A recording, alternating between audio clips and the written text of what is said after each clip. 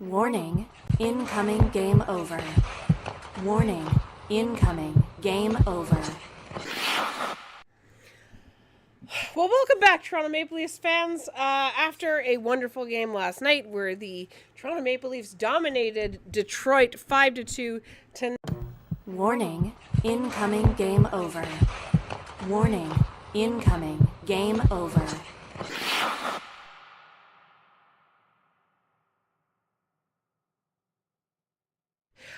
Goal. So, welcome everybody to Game Over Toronto. I just realized my mic was off, so apologies about that. Welcome to Game Over Toronto. My name is Lauren. The Leafs just had a very bad loss to the Washington Capitals after playing very well against Detroit last night.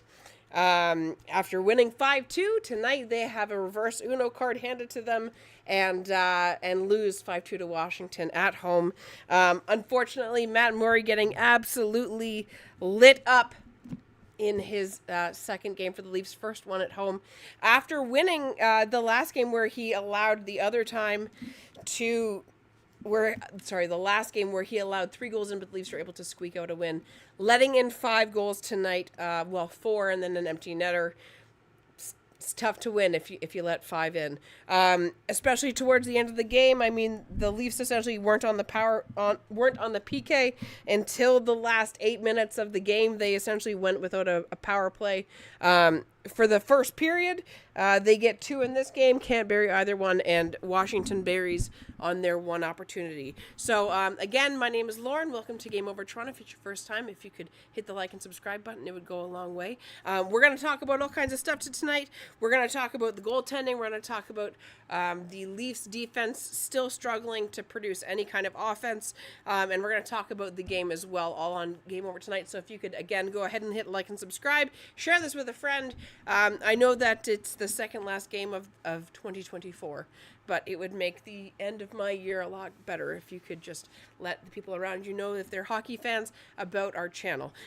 Before I go on, I do want to talk to you a little bit about Game On Toronto. Now, Game Over Toronto is where we have all of your post-game coverage, but you got to get your Game On too. Game On Hockey is a short-term hockey news podcast covering everything you need to know about hockey world today in under 10 minutes. It's hosted by Graham Mosselman Monday through Friday on the Game Over Network YouTube channel and on podcast form where you can listen to it at GameOverNetwork.com. Game On also features local shows for each Canadian market with hosts that go to each market, giving you fun, rapid-fire information. So please make sure you go check out that, and let's get into this game.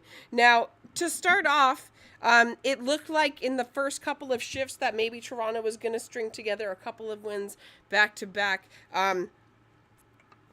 William Nylander, after being held without a shot all game last night.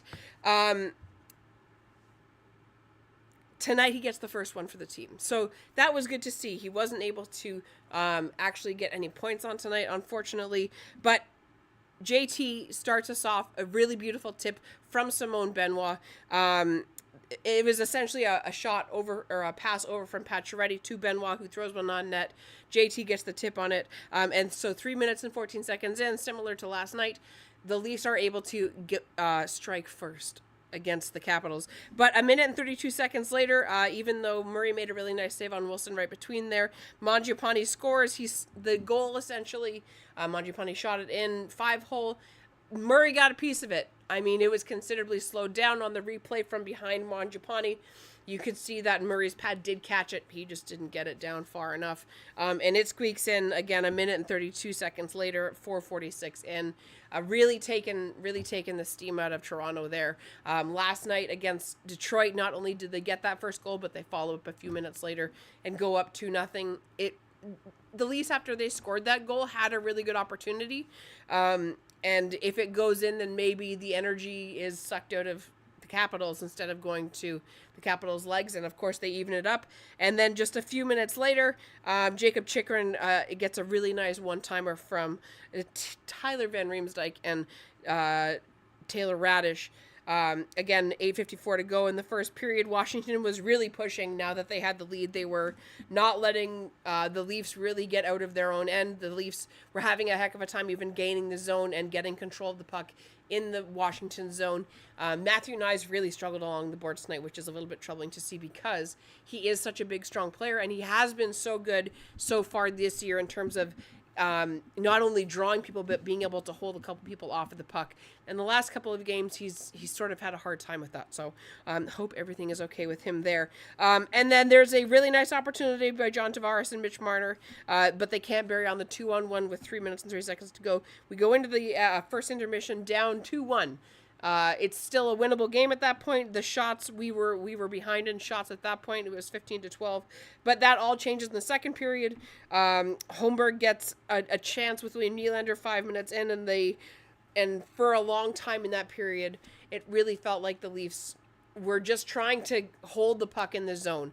All of the opportunities from what I could see for at least the middle 10 minutes of the second period, the Leafs are really just trying to get any kind of opportunity in the zone whatsoever.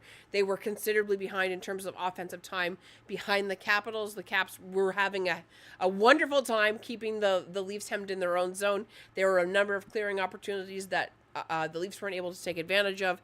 And again, Washington is able to capitalize on that. But not before. Bobby McMahon gives us a chance. He ties it up. He gets a wonderful opportunity from Domi. He essentially gets his own rebound. McMahon gets his 10th of the year, 8 minutes and 10 seconds in. But then just a minute and 43 later, Nick Dowd gives the Capitals back their 1-goal lead.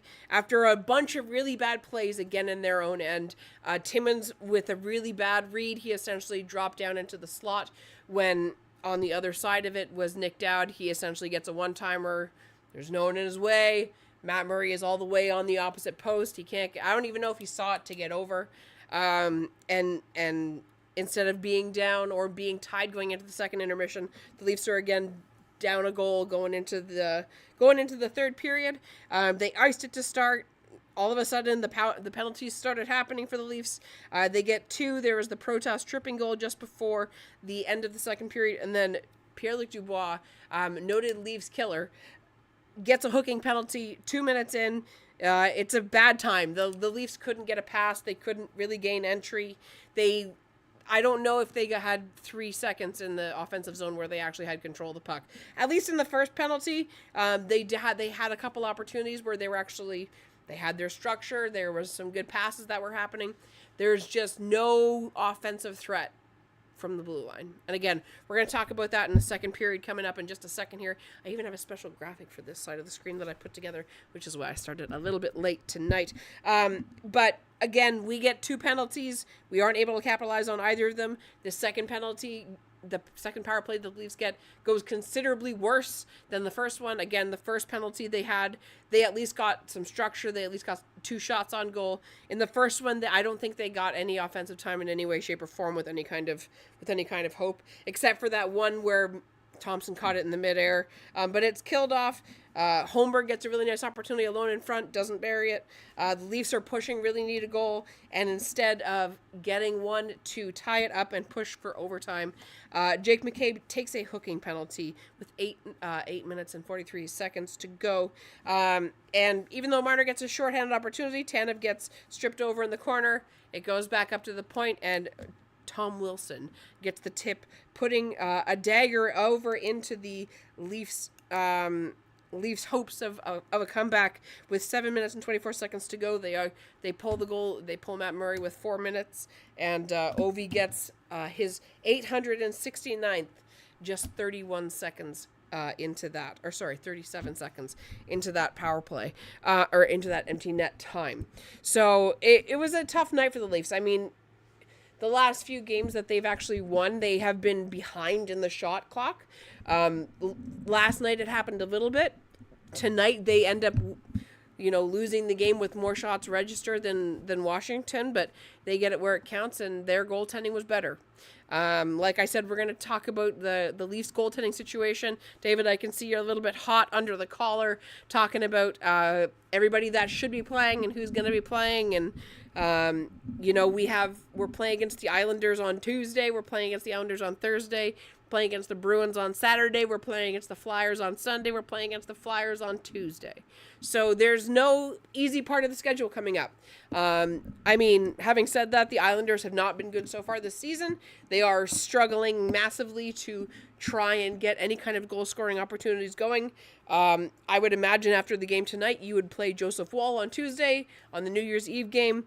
We're going to talk about that all in the third period. But before we do all that, let's get over to the second period and let's really quickly talk about Hyperdrive Hockey, which is the flagship show on the Game Over Network. Get ready to have some fun, and it is your new source for all of your biggest stories in hockey. Bring a unique style of broadcasting and commentary with a Quebecois flavor. Hyperdrive Hockey combines all of your top-tier hockey analysis, big stories, pop culture, and a damn fun atmosphere that will drive debate, make you think, and more. Join Max Van Hout, Daphne Matabouf, and Kevin Laramie every Tuesday and Wednesday to fill you in on all of your hockey world news. You can watch it on YouTube on the Game Over Network channel, or you can subscribe to the podcast on Apple, Spotify, or Amazon, or you can head over to the GameOverNetwork.com for more information.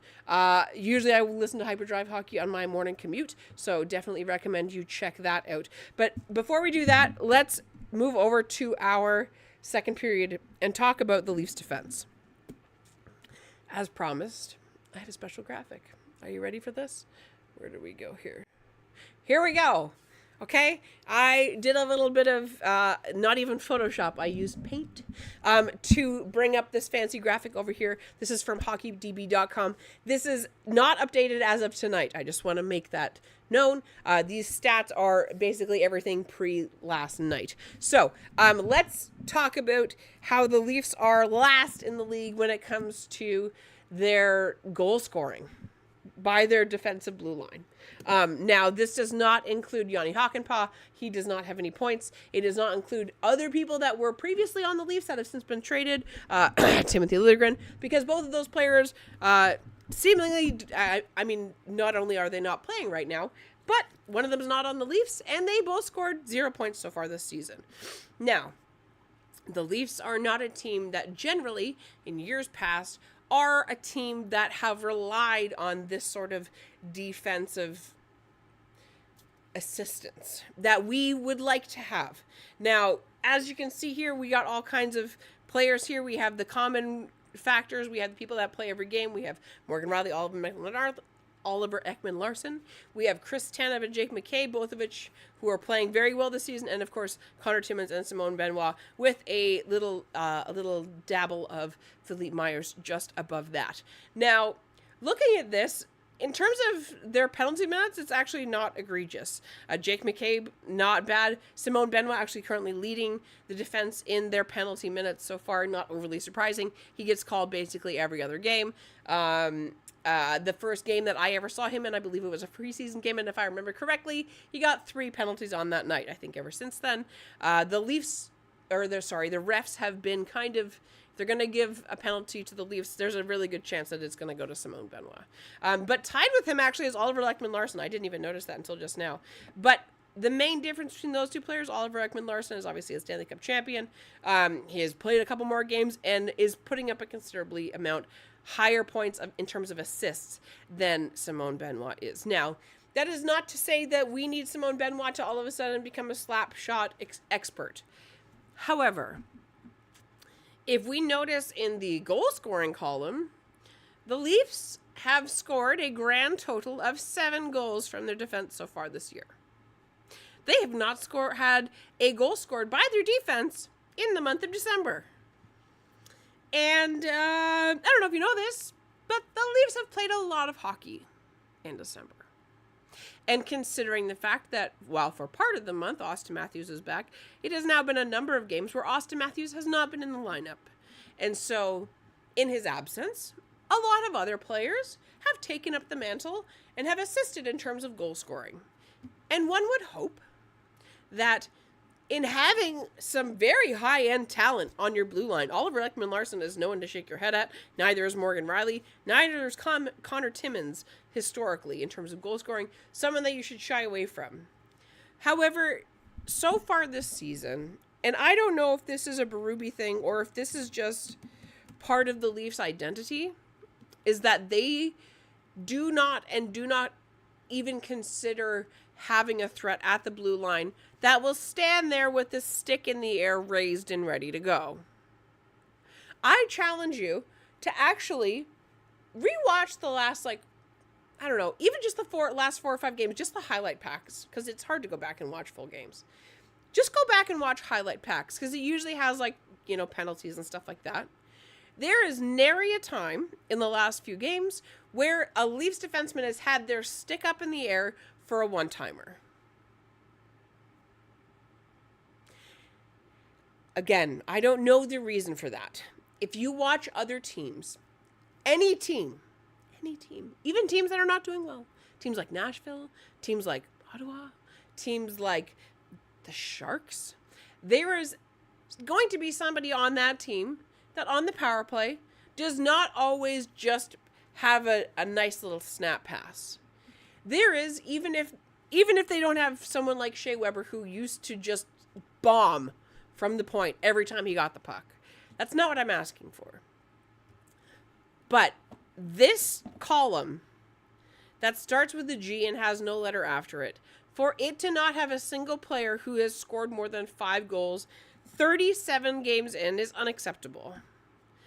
Morgan Rielly, in fairness, has 14 assists. That's great. Oliver Ekman-Larsson has 12. And then the next 2 people are tied with 9 apiece, and then we drop down to 6, 4, and 2. This is simply not good enough for me as a fan. As a fan of this team, as a fan of Morgan Rielly, I know that he is very capable and really likes to jump down on the rush, and he's more likely to have a snapshot than a slap shot. However, we talk about how this year needs to be different. And so far this season, I'm not seeing any hint or any effort by our blue line to tackle that as an issue. Now, maybe they don't see it as an issue, but I double dog dare you to go back and look at the statistics of teams that in the last 10, 15 years have won in the playoffs, have won the Stanley Cup, or at the very least have had very deep runs. I'm talking the Oilers, I'm talking the Panthers, I'm talking Vegas, I'm talking Tampa, I'm talking Boston. I'm talking all of those teams that are perennial deep teams, okay? Carolina, another great example. The Rangers, even though this year they are really struggling. If you look at teams that have these deep runs, this doesn't happen. Now, you can't see what I'm clicking on. It is an abomination that the entire month of December, the Leafs have gone without a goal from the defense. That's not good enough. Just straight up, I can't put it any plainer than that is not good enough. It's not good enough for December. It's not good enough for at the end of the year when we inevitably are in the first round and struggling to create goal opportunities. Because our big guys at some point will get shut down. There is no guarantee. We know that Austin Matthews is a wonderful player. There is no guarantee he's going to be fully healthy. Last year, William Nylander, okay? The last several years, William Nylander has been the Leafs' best player when it comes to the playoffs. And last year, he was hurt. And look how much their goal scoring struggled. The fact that we can't even, in the regular season, make an effort to have any kind of opportunity come from the point without the rare occasion and it hitting the backboard or it literally being an intentional pass off the back. The Leafs are just not a threat.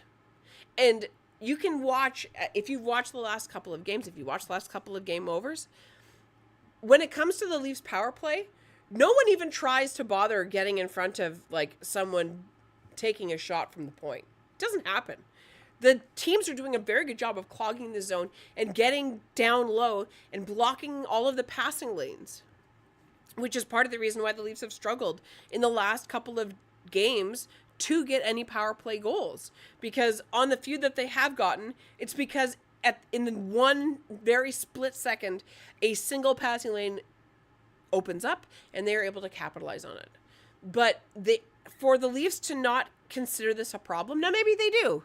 Maybe they're seeing the same thing that I'm seeing, and maybe it's the same thing that you might be seeing, because we know that the trade deadline is, 6 weeks away now, essentially, right? No, it's beginning of March, so 8 weeks away. Let's just call it 8 weeks away.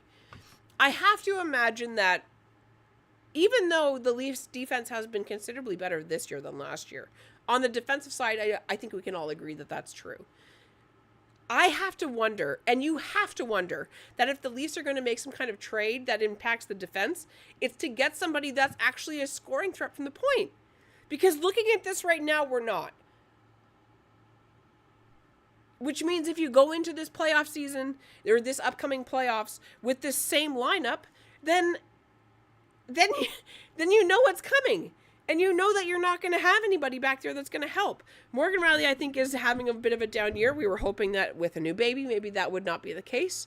I don't know what the reason is, but I know that Morgan Rielly has not been his goal-scoring self. Now, he's got 18 points, so you're basically like a half a point per game player at this point, which isn't bad. But you're also making $7.5 million. And if we pull up stats really quickly on other teams' top offensive defensemen, I guarantee you that they have a better points percentage than Morgan Rielly does right now. Because what they have right now is simply not good enough. Sorry, I'm just looking at the chart really quickly. Yeah, Luke Venables, the second power play was embarrassing. Pass, offside. Yep. Morgan Rielly with 4 of the 7 goals from the blue line. Good in one way, but going -8. Sure wasn't good. Matt with the reply, if Morgan Rielly had 12 goals, no one would care about his plus minus. He needs to find that power play touch again. Badly. Yeah, I mean, I do think that in years previous, and in the game against Detroit even last night, one of the goals that happened was because Philippe Myers actually took a shot on goal, and they were actually able to do something with the rebound. When the Leafs have their power play and it goes a little stale, like it inevitably does, that happens with any kind of team. When that happens, having this other option that's just going to fire stuff in and create chaos is a big deal. And the Leafs just aren't doing that. They're just not shooting.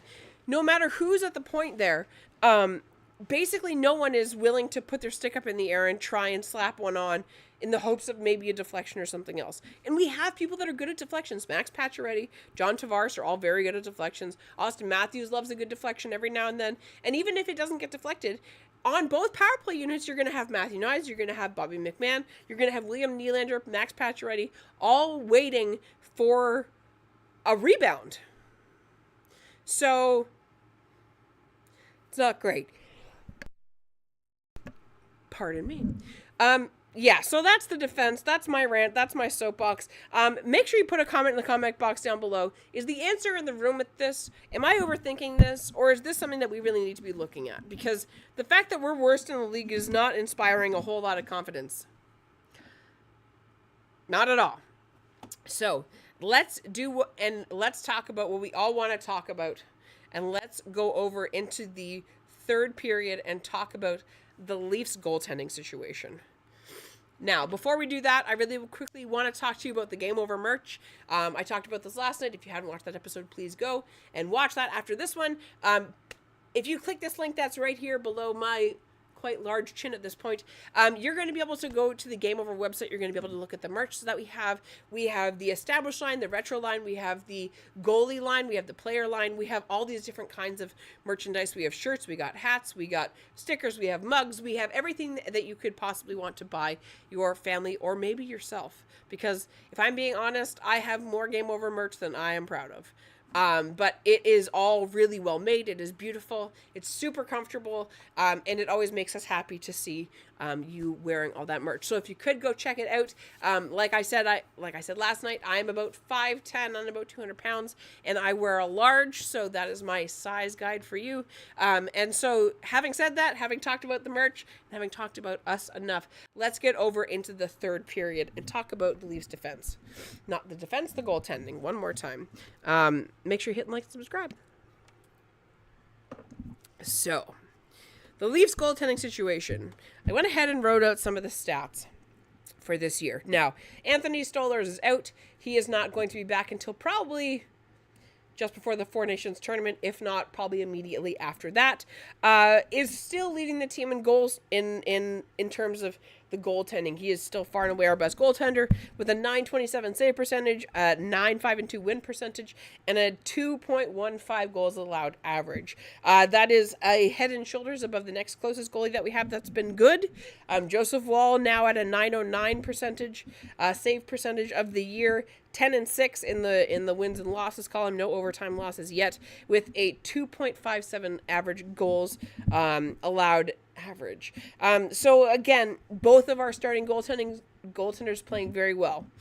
However, as we have known for the last several seasons, and this season included, injuries happen to goaltenders.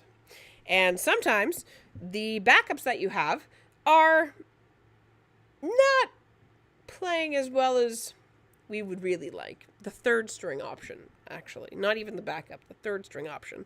Now, going into the season, we were all pretty high on Dennis Hildeby.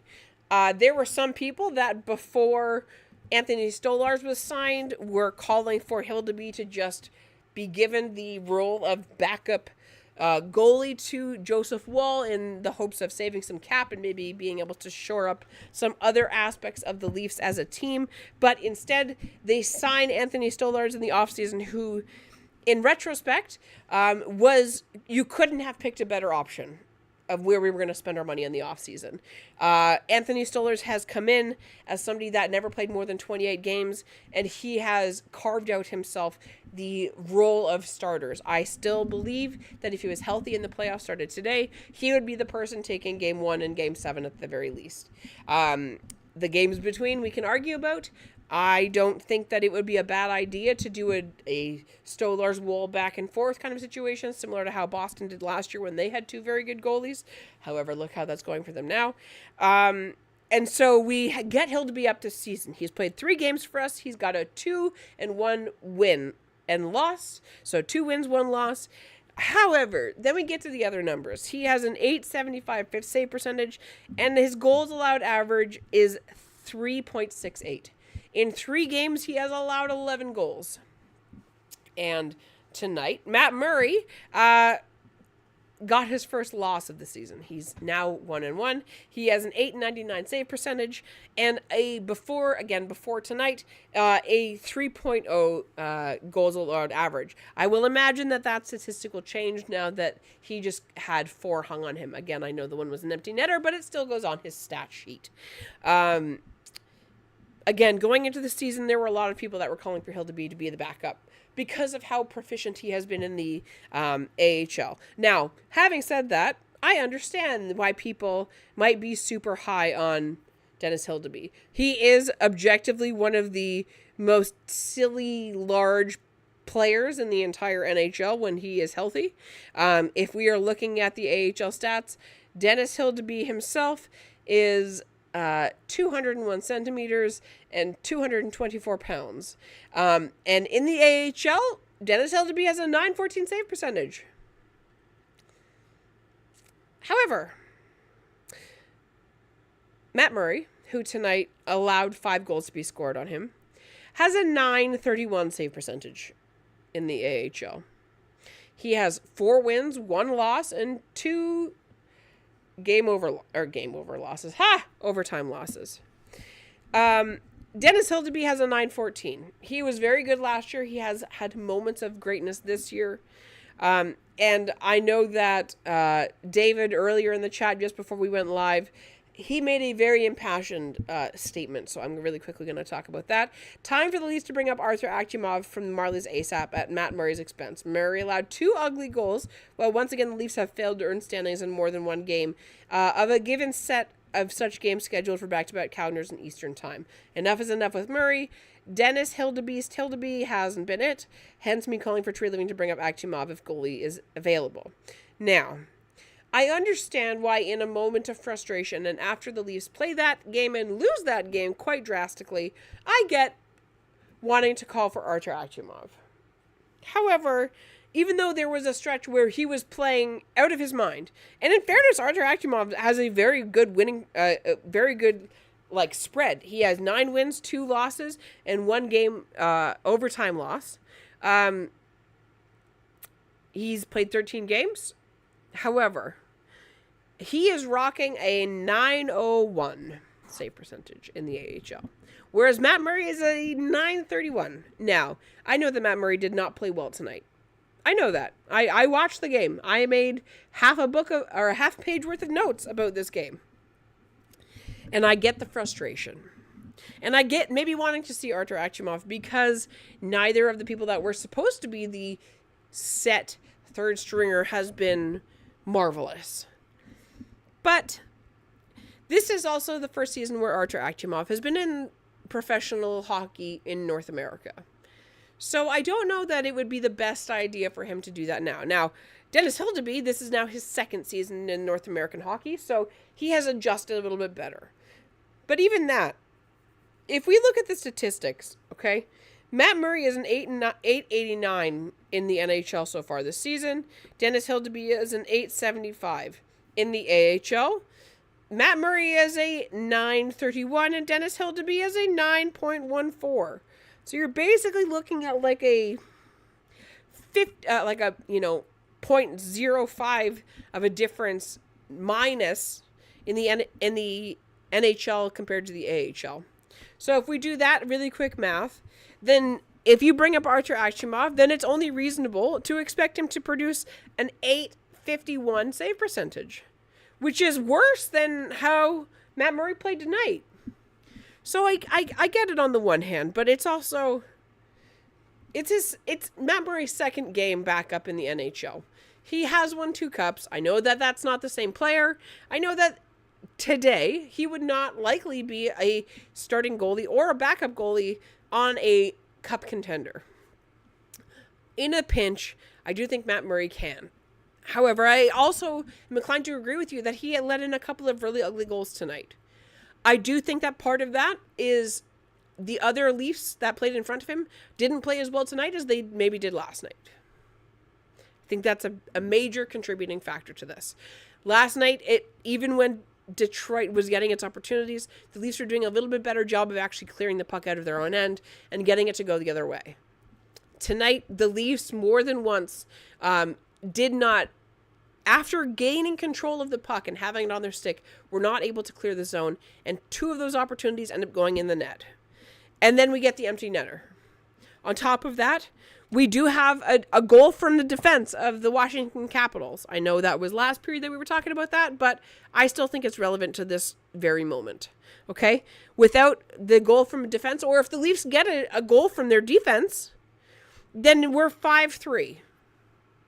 And if we don't allow the empty netter because maybe we don't pull the goalie so early, it's maybe 4-3. That's a winnable game. But the inability for the Leafs to clear the puck tonight bit them in the ass, and they weren't able to recover. They were not able to seize the opportunities the way they have in the last several games, where they are down in the shot clock, but the shots that they do get, they capitalize on, and they bury, and they hit the twine. And tonight, it just didn't happen. It just didn't happen.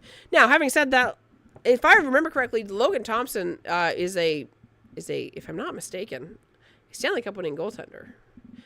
I'm pretty sure he won it back when he was with Vegas, if I'm not mistaken. If I'm mistaken, by all means, please correct me in the chat. I do think that Murray needs a couple more games. I do think that if he is healthy, and obviously he is unbelievable in the AHL right now, I do think that he's able to get that back. But when was the last time Matt Murray played? Matt Murray hasn't played since December 20th. So that's 8 days. And even though there was a Christmas break between there, it's a long time to go without playing as a goalie. Not a long time, but a decent amount of time between playing as a goalie. And the last one he won. Tonight, the Leafs don't play as well in front of him. They aren't able to capitalize on a lot of their offense. They weren't able to capitalize on either of the penalties or either the power plays that they got. They aren't able to get any offense from their defensemen. And that all builds up, and that's how you lose a game. So I think that Matt Murray deserves to stay, at least for now. I think that if Matt Murray continues to not be good, then you have to look at your options, because I'm not sold on Dennis Hildeby the way that I was 16 weeks ago.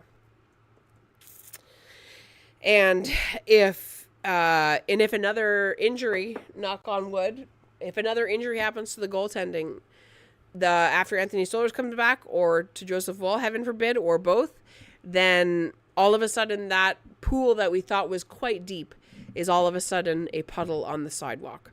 Just before we wrap up the stream, make sure you get your questions in down below. We are going to be I am going to be answering them. It can be about hockey. It can be about tonight's game. It can be about trades that you want to happen. It can be about any of that. And if you could hit like, if you could hit subscribe, it would help us out really well. While you're doing that, if you could also consider checking out some of the crowdfunding options that we have down below. Now, again, Game Over is a privately run entity. Andrew Berkshire has gone ahead and set all of this up and gone ahead and gotten us a crowdfunding money raising opportunity on the Roosh, which is a business that is set up to assist small businesses that are run out of Quebec. If we are able to raise around $15,000, then we are going to have access to all kinds of government grants that would make it a lot easier for us to access more people and to get more people into our wonderful community. So if you could go check out those options, it would really mean a lot to me and the team.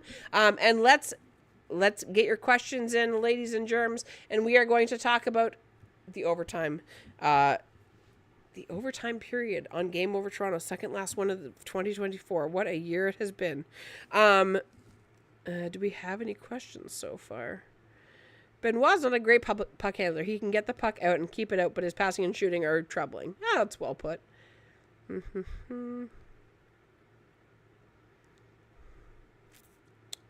Defense for the Leafs versus the Caps was a disaster, but Matt Murray doesn't escape blame for having allowed ugly goals with the first and second. Yeah, that's a good point. Honestly, Murray gave them a chance to win. Yes, he let in some ugly ones, but he's a third stringer. They just couldn't beat Thompson. I do think that part of it, I think that the right-handed goalie really screwed them up. There was a bunch of shots tonight where they're used to that being a blocker and not a glove. I would just hope that they would adjust quicker next time instead of waiting until the very end of the game. Marner has played forward in defense. I wonder how his glove side is. Ha ha ha. Matt, I see what you did there. Very clever. Who steps up next? Who steps up big next game so we win? Ooh. Well, next game is on Tuesday. So the Leafs got a couple days off. We know that Austin Matthews did skate this morning, which is good news for all of us. Remains to be seen what will happen and how well he plays when he comes back, if he will still go to the Four Nations. I imagine that wild horses won't be able to keep him from going, but I digress. Who steps up big next game? I think that next game we can expect a big game from Liam Nylander. I think that we can likely expect I think if I was a betting person, which I'm not, but if I was going to put money down on anything, I would bet that John Tavares is going to have a very good game against the Islanders this upcoming Tuesday on New Year's Eve. I think that game is at about 1 p.m, so make sure you check that out because it will not be at 7 p.m. That's my bet is Nylander and John Tavares, and I'm not even like, what's the word I'm looking for? I'm not even going to say that it's going to happen, but it would be really nice if the Leafs goaltending could not go the entire month of December without getting a goal. That would be great. If Murray continues to struggle, do we waste trade assets on the goalie instead of fixing more urgent problems? I guess it depends, Matt, on what you define urgent problems as. Right? Like, the Leafs' goal scoring has been a problem so far this year. They've been shut out more than they have in the last several seasons combined. In the games where they're able to score a lot, they do, and in the games where they really struggle, they really, really, really, really struggle. I do think that what the Leafs do at the trade deadline is going to be predicated by Anthony Stolarz and Joseph Woll, and if they can stay healthy. Obviously, we've been very lucky so far this season, up until the last couple of weeks, with Anthony Stolarz and Joseph Woll being our goaltenders. I do think that part of our panic now is that Matt Murray is reminding us of goaltending that we've had the last several seasons. And all of this year, basically, we've had way above average goaltending that we've never had before, and so the thought of going back to this other style of goaltending where at least once a night our goalie will let in a very ugly one, if not two, is giving all of us a little bit of PTSD. So I think that's maybe part of it as well. 3C. Oh, you want to talk about the 3C option? I mean, I do think that the Leafs at some point are going to... Will Ovi do it this year, 25 away? Yes, I would bet that Ovi's going to do it this year. Yeah, the 3C is definitely a priority. I think it all depends on that third line. The McMahon, Robertson, Domi line. It has very good moments, and it has a lot of really bad moments too. And I don't feel confident about going into the playoffs with that right now. Like I said, there are moments where that line really connects, but they do so much in their own zone that's awful that I can't stand to watch. That leads to a lot of the opportunities that teams like the Washington Capitals are able to capitalize on. I don't love the idea of that line playing against a team like Boston or Florida. So I would guess that before the trade deadline, that line is dissolved. The remedy line. I do not think that one lasts to the end of the season. Will Ovi do it this year? Yes. He got his. He was 26 away before tonight. Now he's only 25 away. He has essentially 45 games to do it. So you're looking at less than a goal per, like just over a goal per game. Or just under a goal per game, sorry. I think that if he'll have a couple games where he'll score 5 or 6 goals in 5 or 6 games. I think it just takes him getting a little bit hot, and there have been a lot of really good things that Spencer Carberry has done as a head coach. They got into the playoffs last year with I believe a -32 goal differential. This year they're significantly better. They have Pierre-Luc Dubois as well, who for all his faults is very good at setting people up and giving primary assists. And I don't see how he doesn't do it this year. I think that even if they fall out of a playoff spot, I think right now they're in a wild card spot. Even if they fall out, they might actually trade for assets just to get him over the hump, because that will be such a significant thing for him. And I think to do it in this season I think there's no time like the present. The Leafs, as much as they're a top 3 divisional spot, can't take their goaltending for granted. But at least they're not where the Canucks are. Yeah, that's true. I mean, the Canucks were pretty good going all the way into the playoffs last year, and then their whole thing got wrecked by Demko getting hurt, and they never really recovered. So, I wouldn't trade spots with Vancouver. So let's wrap the show up there. Thank you for watching tonight. I know we had an itty-bitty technical problem at the beginning, but thank you for watching. Thank you for coming over. I hope you had a great night. I hope you have a great rest of your 2024. If you could hit like and subscribe again just one more time before you take off. Make sure you hit the bell. Make sure you follow me on all the socials. Make sure you follow all the Game Over channels.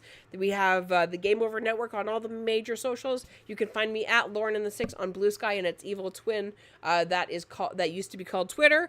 And I hope you have a great night. Leafs unfortunately get handed an Uno reverse card, losing 5-2 to the Washington Capitals. Have yourself a great night, everybody, and Happy New Year. We will see you in 2025.